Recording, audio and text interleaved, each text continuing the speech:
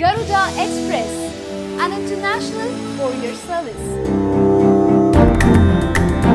కనుచూపు మేర ధవళ కాంతులతో మెరిసే బ్రహ్మాండమైన మంచు పర్వతాలు, అడుగడుగునా పలకరించే హిమానీ నదాలు, దారి పొడవునా భక్తుల భోలేనాథ్కి జయహో, హరహర మహాదేవ జయధ్వానాలు, చేతికి అందుతాయా అన్నంత దిగువగా ముందుకు సాగే మేఘాలు, క్షణాల్లో వచ్చి పలకరించిపోయే చిరుజల్లులు, దారి పొడవునా కన్నార్పకుండా ఆయుధాలు చేతబూని గస్తీ కాసే సైనిక బృందాలు, ప్రతికూల వాతావరణాన్ని తట్టుకుంటూ దుర్గమమైన కొండవాలు వెంట శివనామస్మరణ చేసుకుంటూ ముందుకు సాగిపోయే సాధుగణం. ఇవన్నీ అమర్నాథ్ యాత్రలో కనిపించే దృశ్యాలు, ఎదురయ్యే అనుభూతులు. హిందువులు జీవితకాలంలో ఒక్కసారైనా చేయాలనుకునే యాత్రలలో అమర్నాథ్ ఒకటి. అమర్నాథుడంటే జరామరణములు లేనివాడు అని అర్థం. ఈ శివలింగానికి సుమారు 5000 ఏళ్ల చరిత్ర ఉంది. ఈ హిమలింగాన్ని దర్శించుకుంటే ఆత్మశుద్ధి, ఆత్మశక్తి కలుగుతాయని భక్తుల నమ్మకం. ఏటా ఆషాఢమాస శుక్ల పాడ్యమి నుంచి శ్రావణమాస శుక్ల పౌర్ణమి వరకు భక్తులను అమర్నాథ్ యాత్రకు అనుమతిస్తారు. అక్కడి వాతావరణ పరిస్థితిని బట్టి యాత్రాకాలం మారుతూ ఉంటుంది. ఏటా జనవరి నెలాఖరులో ప్రభుత్వం ఈ యాత్రా తేదీలను పలు ప్రసార మాధ్యమాల ద్వారా ప్రకటిస్తారు. ఈ ఏడాది జూలై 29న మొదలైన ఈ యాత్ర ఆగస్టు 7 వరకు సాగనుంది.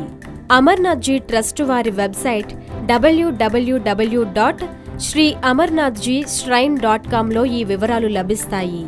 సముద్ర మట్టానికి 13,600 మీటర్ల ఎత్తున ఉండే గుహాలయానికి వెళ్లే మార్గాన మంచు తుఫానులు, కుండపోతగా కురిసే వర్షాల రూపంలో ప్రమాదం ఎల్లప్పుడూ పొంచి ఉండే ముప్పు కారణంగా ఏటా పరిమిత సంఖ్యలోనే యాత్రికులను అనుమతిస్తారు. ఒకరోజు పార్వతీదేవి భర్త ధరించిన పుర్రెలమాల గురించి చెప్పమనగా, పార్వతి, నీవు జన్మించిన ప్రతిసారి నేను ఒక్కో పుర్రె చేర్చగా వచ్చినదే ఈ మాల అని అన్నాడట. దానికి పార్వతి, నాథా, నేను మరల జన్మించడానికి, మీరు అమరులుగా నిలవడానికి కారణమేమిటని అడిగింది. అప్పుడు సృష్టి రహస్యాన్ని ఏకాంత ప్రదేశాన అమరనాథ కథ రూపంలో చెప్పదలిచిన స్వామి అందుకు అమర్నాథ్ గుహాలయాన్ని ఎంపిక చేశారట. అందుకే గుహాలయానికి వెళ్లే దారిలో నందీశ్వరుని, నాగాభరణాన్ని, నెలవంకను, పంచభూతాలను, ప్రమద గళాలను వదిలి గుహను చేరుకున్నాడని చెబుతారు. గుహ ప్రవేశం చేయగానే మరెవరూ రాకుండా చుట్టూ అగ్నిని సృష్టించాడని, ఆ కారణంగానే ఇప్పటికీ గుహ చుట్టూ ఉన్న ప్రాంతమంతా తెల్లగా భస్మం రూపంలో ఉంటుందని చెబుతారు. అయితే అగ్నిజ్వాలలు చూసి భయపడిన ఓ పావురాల జంట గుహలో చేరి అప్రయత్నంగా స్వామి చెప్పిన కథ విని అమరత్వాన్ని పొందాయని, అవే పావురాలు నాటి నుంచి యాత్ర చేసే భక్తులకు గుహాలయంలో కనిపిస్తాయని భక్తుల నమ్మిక. ఇంతటి ప్రాశస్త్యం కలిగిన ఈ యాత్ర చేయాలంటే యాత్రికులు ముందుగా జమ్మూ కాశ్మీర్ రాజధాని శ్రీనగర్ చేరుకుని అక్కడి నుంచి అమర్నాథ్ యాత్ర ఆరంభమయ్యే బేస్ క్యాంపు చేరుకుంటారు. అక్కడి నుంచి పహల్గావ్, బాల్టాల్ అనే 2 మార్గాల గుండా అమరనాథుడు కొలువు తీరిన గుహకు చేరుకోవచ్చు. వీటిలో బాల్టాల్ దగ్గరి దారి కాగా పహల్గావ్ నుంచి వెళ్లేవారు కాస్త ఎక్కువ దూరం ప్రయాణించాలి. పహల్గావ్ నుంచి గుహకు సుమారు 48 కిలోమీటర్ల దూరం ఉంటుంది. ఈ మార్గం నుంచే పరమేశ్వరుడు అమ్మవారిని గుహకు తీసుకెళ్లాడని చెబుతారు. సంప్రదాయబద్ధంగా యాత్ర చేయాలనుకునేవారు, సాధు సంతులు ఎక్కువగా పహల్గావ్ మార్గాన్నే ఆశ్రయిస్తారు. ఇక దగ్గర దారి అయిన బాల్టాల్ మార్గంలో వెళ్లేవారు 14 కిలోమీటర్ల దూరం ప్రయాణిస్తే అమర్నాథ్ గుహ చేరుకోవచ్చు.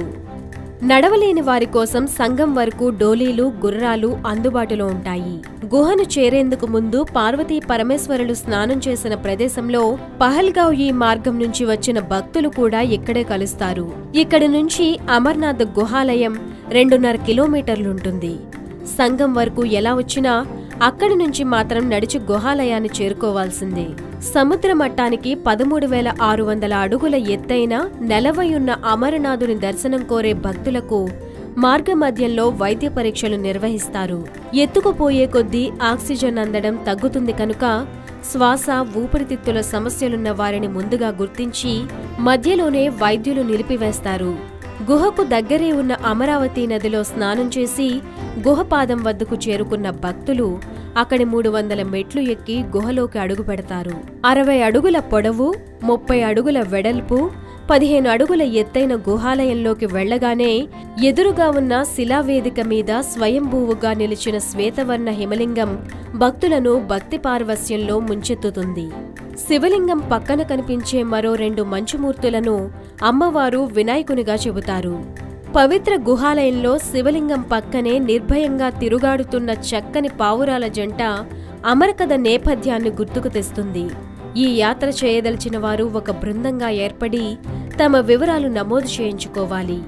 ఈ బృందంలో గతంలో ఒక్కసారైనా యాత్ర చేసిన వారుంటే మంచిది. ఆ తర్వాత ప్రయాణ ఏర్పాట్లు చేసుకోవాలి. ఈ యాత్రకు పలు ట్రావెల్ సర్వీసులు ప్యాకేజీలు అందిస్తున్నాయి. అయితే సదరు సంస్థల గత చరిత్ర తెలుసుకుని మాత్రమే వారి సేవలను వినియోగించుకోవాలి.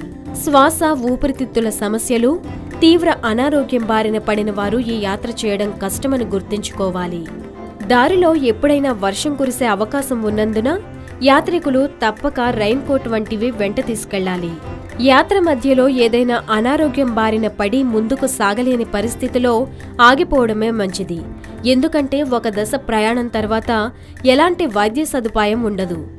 ఈ సూచనలను దృష్టిలో పెట్టుకుని చక్కని ప్రణాళికతో ముందుకు సాగితే ఎలాంటి ఇబ్బందులు లేకుండా విజయవంతంగా అమర్నాథ్ యాత్ర పూర్తి చేయొచ్చు.